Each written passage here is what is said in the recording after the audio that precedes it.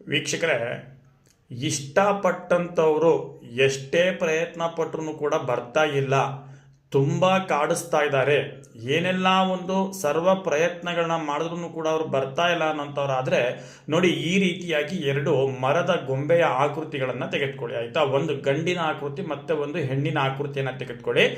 ಈ ಆಕೃತಿಗೆ ಈ ರೀತಿಯಾಗಿ ಒಂದು ಅರಿಶಿಣದ ದಾರವನ್ನು ಸಂಪೂರ್ಣವಾಗಿ ಈ ರೀತಿಯಾಗಿ ಕಟ್ಟಿ. ಆಯಿತಾ, ಸಂಪೂರ್ಣವಾಗಿ ಕಟ್ಬಿಟ್ಟು ಅದಕ್ಕೆ ಒಂದು ಬೀಗದ ಕೈಯಿಂದ ಸಂಪೂರ್ಣವಾಗಿ ಅದನ್ನು ಒಂದು ದಿಗ್ಬಂಧನೆಯನ್ನು ಮಾಡಿ.